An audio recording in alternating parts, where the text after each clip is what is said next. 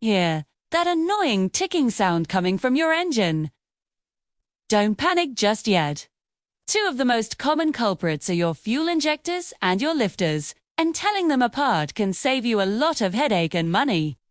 First, grab a long screwdriver or a mechanic's stethoscope. Carefully place the tip on one of the fuel injectors while the engine is running. If the ticking is loud and clear through the handle, you've likely found your source. Injectors make a sharp, rapid clicking sound as they open and close. This is actually normal, but they can get louder with age.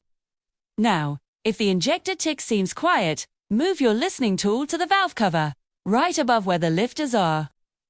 A bad lifter makes more of a deeper, rhythmic clack-clack sound that often gets faster as you rev the engine. So, a light, fast click. Probably an injector.